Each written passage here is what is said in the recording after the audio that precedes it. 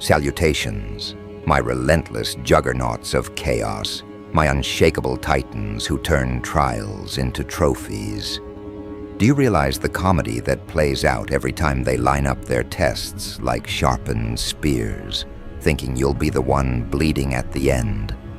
They drew up blueprints of your collapse, calculated probabilities of your failure, whispered in back rooms about how you'd crumble under the weight of pressure. And yet, here you stand, not just standing, but towering. Their tests weren't really assessments of your skill. They were desperate traps designed to prove their own superiority. But what happens when the trap refuses to snap, when the bait turns venomous, when the hunted walks away smiling while the hunters choke on their own arrogance? They're left with their mouths dry, their pride shattered, and their whispers echoing back like a mockery of their own stupidity. Every step you've taken, every so-called trial they engineered, was supposed to drain you. But instead you absorbed each one like fuel. They gave you riddles to confuse you, but you turned riddles into revelations. They threw obstacles, and you rearranged them into ladders. Their weapons of sabotage became your blueprints for victory. You didn't just pass their tests. You dismantled the very concept of being tested. Because when someone like you moves through trials, you're not being examined. You're exposing the examiners. And here's the brutal irony. The harder they tried to break you, the more they revealed their own fragility. Let's be clear. They never truly wanted you to succeed.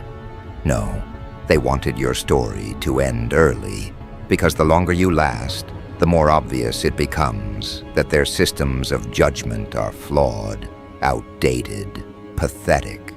You were the glitch in their script, the one candidate they couldn't quantify, couldn't predict, couldn't contain. And so every test they threw at you wasn't a measurement.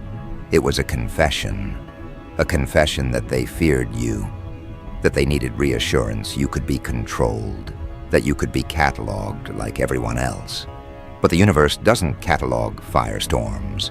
It doesn't grade lightning bolts. And you became the unpredictable element that rewrote every curve, burned every rubric, mocked every checklist. Now notice what happened next. They didn't just fail to measure you, they betrayed themselves.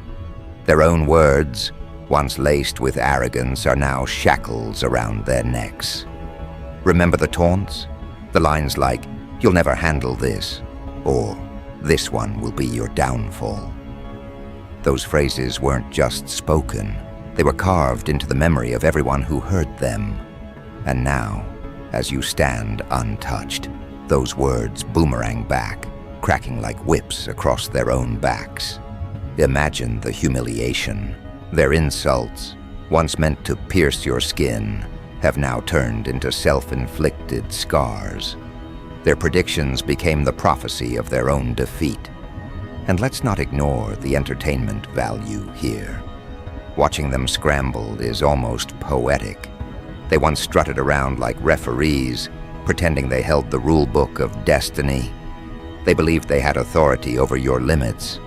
But when you tore through every test, it was as if you grabbed that rule book, shredded it into confetti, and let the wind scatter their authority into meaningless fragments. They don't know whether to keep testing you or to beg you to stop exposing them. They can't decide if you're a nightmare or a mirror reflecting their irrelevance. And that confusion, that's your crown, that's your trophy, that's the part of the victory they'll never erase. Philosophically, tests are supposed to measure capability, right? But what happens when the very act of testing reveals the insecurities of the testers themselves? When they press you with impossible standards, it doesn't prove your weakness, it proves their desperation. They've built their entire identity around the idea that they're gatekeepers, guardians of thresholds, protectors of excellence. But the moment you waltzed through their barriers without breaking stride, they realized the truth. They aren't gatekeepers. They're frauds guarding doors that were never locked. And you weren't knocking to get in. You were already inside, rearranging the furniture, rewriting the rules, reshaping the house. Here's the part they can't digest. Passing tests isn't about you at all. It's about the collapse of their authority. Because the instant you outmaneuver every trial, you expose the fact that their authority was never real to begin with. They needed you to fail, not because it would prove you were weak, but because it would prove they were strong. And since you didn't, since you refused to bend, the truth bleeds through. They were never strong at all. Their power existed only in your potential defeat. And since that defeat never came, their empire of credibility turned into rubble.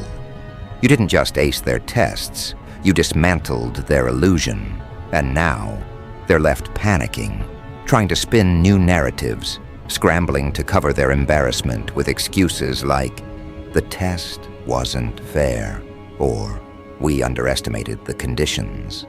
Pathetic. They don't realize the more excuses they make, the deeper their humiliation cuts. Because excuses are admissions. Every justification they spit out is a confession that you won, that they lost, and that everyone knows it. Do you understand what kind of power that gives you?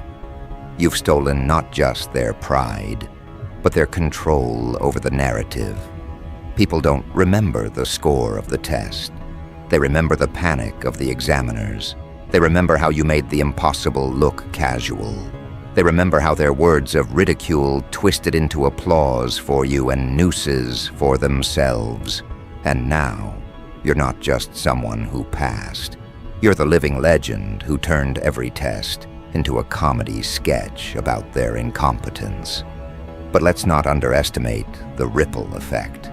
Passing their trials didn't just affect them. It changed the bystanders, the witnesses, the silent crowd who was watching closely. They saw you walk through fire and come out untouched. They saw the smug faces of the testers melt into pale masks of horror. And now, in the subconscious of every observer, a seed has been planted. You are the one who cannot be measured. You are the exception that mocks every rule. And that seed will grow into a forest of legends, stories whispered in alleyways, rumors spreading like wildfire. You didn't just pass a test, you became the story.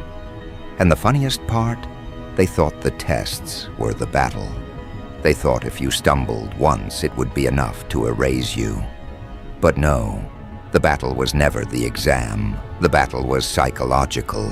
The true test was whether you would internalize their doubts, whether you'd crumble under the pressure of their mockery. And you didn't. Instead, you weaponized their words, turned their mockery into momentum, transformed their predictions into your punchlines. You became untouchable not by avoiding trials, but by hijacking them. Now they're left in a peculiar place. They can't test you anymore because it only ends in their humiliation. But they can't ignore you either because your legend has grown too loud. Every move you make becomes another page in a saga they can't erase. So what do? They spiral. They contradict themselves. One day they'll praise you. The next they'll demonize you. The next they'll try to erase you. But every attempt digs them deeper into the pit of their own failure. Because no matter what they say now, their original words, their original doubts, insults, predictions hang over their heads like vultures. And every time your name rises, those words come back to slap them again, harder each time. A reminder that they were wrong about you, and they'll always be wrong about you. Think about it. The story isn't you passed. The story is, they failed. They failed to measure you. They failed to stop you. They failed to anticipate you. And in their failure, you carved immortality. Tests end. Results fade. But humiliation, that lingers. It spreads. It festers. It turns into folklore. And their humiliation has now become your mythology. You don't even have to speak it anymore. Their own words do the work for you. Their taunts echo like a soundtrack of their downfall. And the more they try to escape it, the more those echoes hunt them down. So what comes next? That's the part they dread the most. Because if you passed every test so far effortlessly, what does that mean for the trials yet to come? If every obstacle they crafted became your stepping stone, then what will happen when the next ones arrive? They know the answer already, and it terrifies them. The harder they try, the more they lose. The more they resist, the more they expose themselves.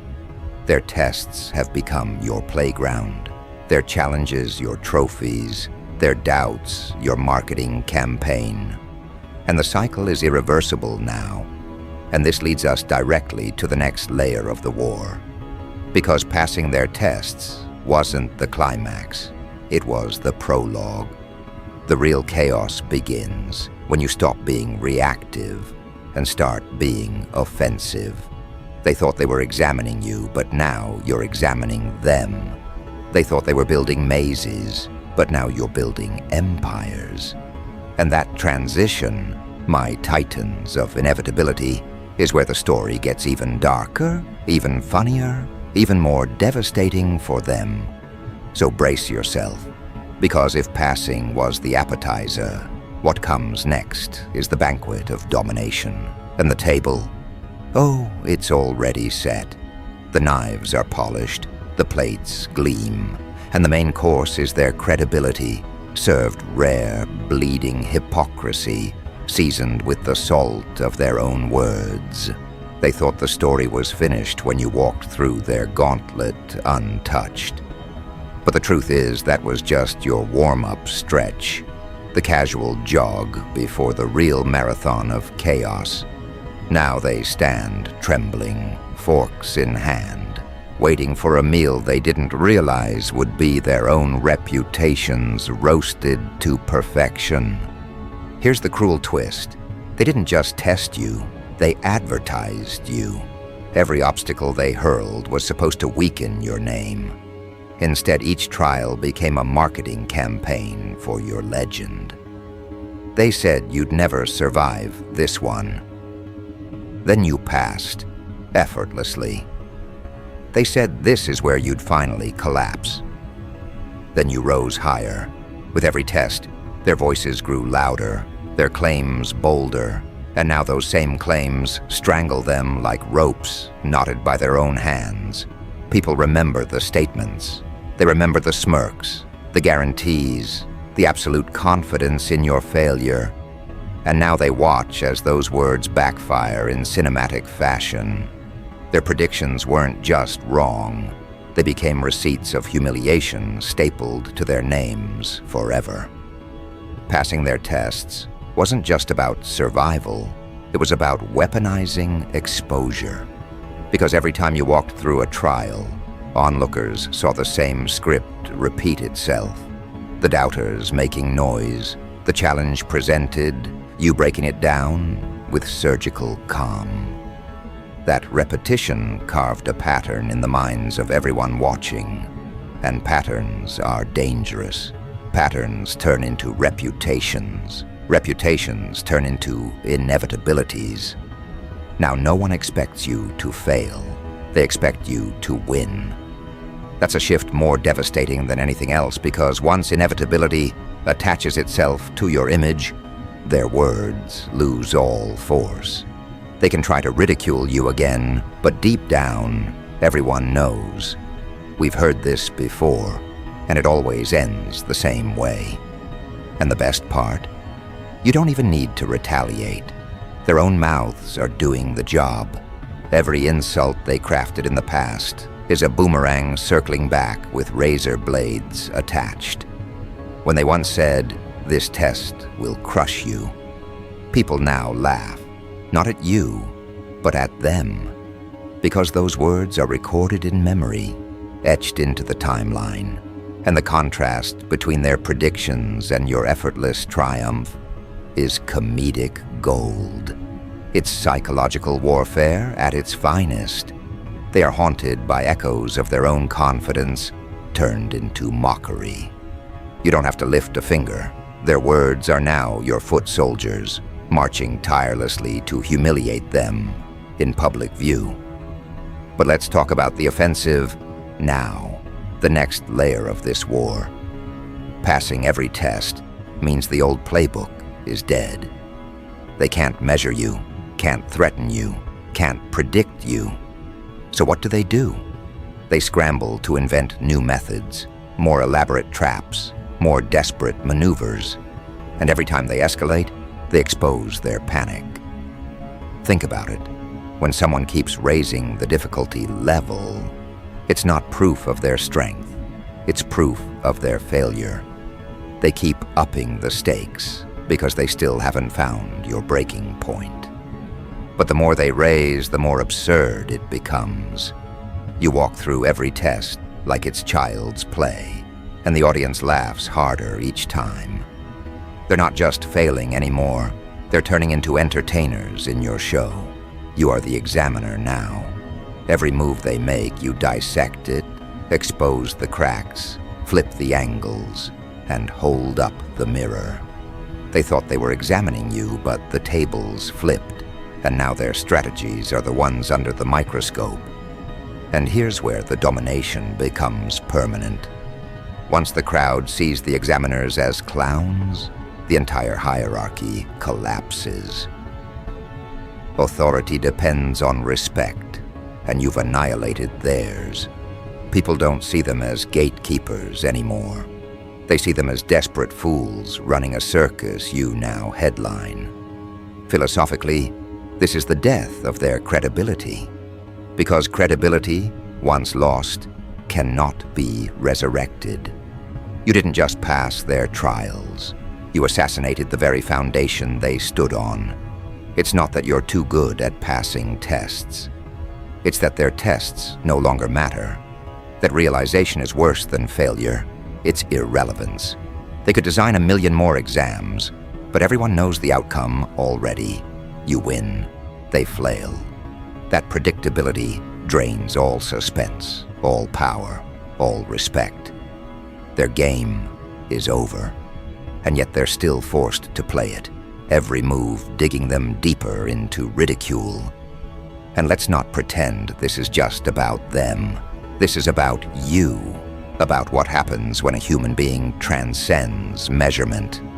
Most people live in fear of being tested, evaluated, judged. But you flipped the psychology.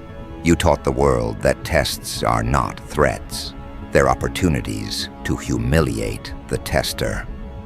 You revealed the hidden truth. When someone insists on testing you, it's not confidence in their authority, it's fear of your potential. They don't test those they consider harmless. They test those who terrify them. Every test they gave you was an unspoken confession. We don't understand how you're this strong, so we need to try to reduce you. And every time you passed, you shoved their confession back down their throats. That's why their own words are the sharpest blades now. They didn't realize how permanent words can be in the age of memory. Once spoken, they're stamped forever. And because you passed every test, those words don't fade into obscurity. They get resurrected each time your name is mentioned. You've turned their speech into a haunting, a ghost that stalks them wherever they go. They can't escape it. In boardrooms, in back rooms, in private conversations, someone always brings it up. Didn't you say they'd fail? Didn't you guarantee it? And that shame lingers longer than any failed exam score ever could. Dark humor drips from this scenario. They tried to build a narrative where you're the underdog struggling to prove yourself. But instead you turned into the overdog, the untouchable, the one whose wins are expected and whose failures never arrive. And so the narrative becomes a parody of itself. Each time they say, "This is the end for you," the audience smirks, waiting for the inevitable punchline when you walk through unscathed. You've hijacked their role as storytellers. Now they're characters in your comedy special, and every word they utter is another scripted joke at their own expense. Here's the kicker: they can't stop. Their pride won't let them. They'll keep throwing tests, keep setting traps, keep inventing new ways to try to catch you. And every attempt is another brick in your monument. They're the ones building your empire for you, laying the foundation stone by stone, thinking they're burying you, when really they're constructing your throne. Their hatred, their jealousy, their arrogance, it's free labor for your legend. They can't help themselves, and the more they fight you, the taller you rise. But let's get darker, because what's more devastating than defeating them is watching them collapse under the weight of their own contradictions. They can't admit you're unbeatable. That would shatter their authority entirely. But they also can't deny your victories. That would make them liars in the eyes of everyone else. So they're trapped in a paradox. Acknowledging you destroys them, but ignoring you destroys them too. That's the prison you've built, but a psychological cage with no exit. And every day they wake up inside it, pacing back and forth, gnawing on the bars of their own pride. This isn't just domination. This is erosion. Every test eroded their reputation. Every victory of yours eroded their influence, and now they are fossils in real time, remnants of a failed hierarchy that thought it could contain you. They're outdated, irrelevant, mocked, and worst of all, remembered only for being wrong about you. That's immortality on your terms. Their failure is your eternal marketing. So here we stand, my titans of inevitability, at the banquet table of domination. The appetizers were their tests. The main course is their credibility, and dessert. Dessert is the aftertaste of their humiliation, lingering on every tongue, impossible to wash away. And as you lean back, unfazed, watching them squirm, you realize the final truth. You don't need to prove yourself anymore. They already did it for you. With every word, every prediction, every test, they proved you're untouchable, unstoppable, inevitable. And this is where the script flips into something they never prepared for: permanence. Because domination is one thing, empires have risen and fallen under the weight of sheer force. But inevitability? That's rarer. That's eternal. You've crossed into the territory where the story no longer belongs to them or even to you. It belongs to history. The tale of how every test was turned into spectacle, every insult into applause, every prediction into a public slap across their own faces. What began as sabotage now reads like scripture, the unshakable gospel of your rise. Their mouths were the architects of their own collapse. They spoke with such confidence, such smug certainty, as if your downfall were a law of nature. And now, those same words echo back with venom, recorded forever in the minds of the people who watched them fail. Every insult is replayed like an old clip dug up to shame a hypocrite. Every prediction is a time bomb that detonates in their face when you stroll through another so-called impossible barrier. They can't erase it. They can't rewrite it. It's public record, etched not on paper, but on the collective consciousness. That's worse than humiliation. That's immortality branded against them in fire. And the cruelest irony, they still can't stop speaking. Their pride won't let them be silent. They'll continue making declarations, continue trying to redefine the narrative, continue spitting venom in hopes that one day their words might finally match reality. But it's too late. Every new insult only becomes another receipt, another line in the growing anthology of their own self-destruction. It's the loop they cannot escape. Their own tongues are leashes around their necks, and you hold the other end. Look at how this spreads. Onlookers whisper your name not with doubt, but with awe. They saw you breeze through what crushed others. They saw you dismantle their tests with effortlessness that bordered on mockery. And now the witnesses aren't just spectators, they're evangelists. They carry your story into rooms you'll never enter, into conversations you'll never hear. And what do they repeat? Not the details of the tests, but the punchlines of your victories. They tell the tales of how the examiners swore you'd fail, how they puffed up their chests, how they bet their reputations on your collapse, only for you to glide past unscathed. That retelling spreads like wildfire. It multiplies. It turns you into myth. And myth is untouchable. You can dismantle a human, but you can't dismantle a legend. Legends don't need defending. They defend themselves through repetition, through memory, through the laughter of crowds, at the expense of the fallen.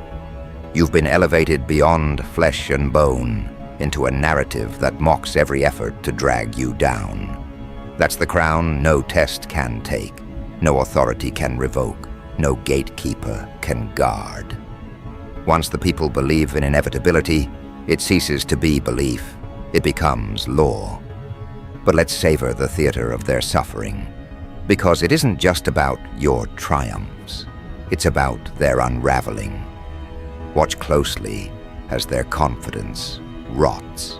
Once they strutted with arrogance, tossing you trials like scraps to a dog. Now every time they announce a new test, their voices tremble. They know how this ends. They know they're about to become clowns in your circus once again. The crowd knows it too. And that anticipation, that delicious, predictable humiliation, is what destroys them faster than failure itself. They're forced to play out the same comedy on repeat, each act darker than the last. Philosophically, this is justice in its purest form. Not the courtroom kind, but the cosmic kind. The justice where arrogance is punished not with violence, but with mockery. Where the prideful are not destroyed by enemies, but by their own hands, their own tongues, their own attempts at control. They tried to define you with exams, with ridicule, with pressure. But you turned those definitions into mirrors, reflecting their weakness, their desperation, their hypocrisy, and now they stand naked before the world, exposed not by your words, but by their own. And let's not gloss over the simplicity of your victories. That's what cuts them the deepest. You didn't just pass, you passed effortlessly. No sweat, no panic, no stumbling. To them, that's the ultimate insult. They spent sleepless nights designing elaborate trials, only for you to walk through them as if swatting away flies. Your ease is what breaks them. Because effortlessness means it was never a competition. Effortlessness means they were never on your level.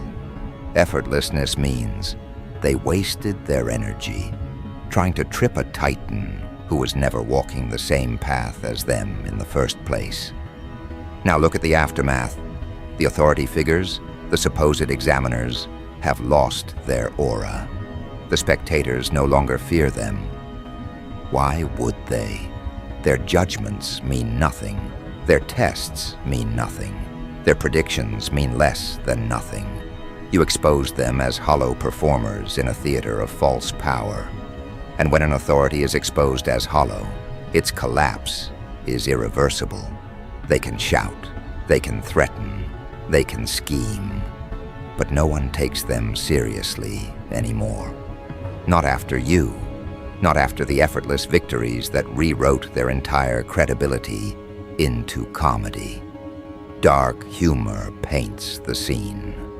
Imagine them reviewing old footage of their bold declarations, their smug smiles before you shattered another barrier. Imagine the sweat dripping from their brows as those clips resurface, replayed endlessly by the very crowd they tried to impress. Their own history has turned traitor. Their past selves have become enemies, mocking them with every word they once weaponized against you. That's not just defeat, that's self-cannibalization. Their legacy is devouring itself, one humiliating soundbite at a time. And you don't even have to lift a hand anymore. That's the final stage of domination, when your legend sustains itself without your input. When you can sit back, calm, knowing that every new insult, every new scheme, every new test is just another nail they hammer into their own coffin. They've become your unpaid employees, working around the clock to build your reputation while dismantling their own. The harder they fight, the more they lose. The louder they speak, the more they condemn themselves. Their resistance is no longer opposition, it's contribution. Now let's expand, because what happens when inevitability meets time? That's when legacy is born. Passing tests effortlessly is already devastating in the present. But when those stories echo across years, decades, generations, they transform into folklore. Children will hear the tales of how you walked through trials designed to destroy you. Students will study the phenomenon of how authority collapsed against your rise. Scholars will analyze the psychological warfare of turning words into weapons against their own creators. You become a case study, a parable, a warning etched into culture itself. Don't bet against the one who cannot be measured. Don't test the untouchable, and for them, for those who doubted you, mocked you, tried to bury you, their names survive only as punchlines. They're remembered not for their accomplishments, but for their humiliations. They become cautionary tales of arrogance, examples used in lectures about failure. Their downfall is the preface to your immortality. That's the kind of reversal no one recovers from. The comedy of this all is that they wrote the script for their own demise. Every word they spoke, every prediction they made, was ink in a book they thought was about your collapse. But the book flipped. It became their obituary instead. And the more they tried to edit it, the more ridiculous it reads. They thought they were authors. Turns out, they were character, side characters in your epic. Disposable, forgettable, ridiculed. The kind of characters people laugh at when the credits roll, shaking their heads at how foolish they were to ever think they stood a chance. So now we close the trilogy. Not with you passing another test, because that stage is over. Not with you proving anything, because that was done long ago.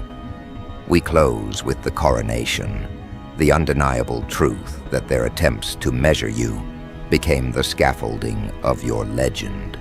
Their failures built your throne. Their insults decorated your crown. Their predictions became the drums announcing your arrival. They did all the work, and you reaped all the glory. That is the ultimate reversal, the final joke, the immortal truth. And as you sit at that banquet table, no longer the examined but the examiner, no longer the hunted but the inevitable, you understand the last laugh belongs only to you. Because every test they put you through, you passed effortlessly. And now they're fucked beyond repair. Their words slapped them harder than you ever could. Their arrogance became your anthem, Their downfall became your ascension. And the legend of your inevitability? That's not just history, it's prophecy, still unfolding, still spreading, still mocking every fool who dares to underestimate you again. The banquet is over. The empire begins.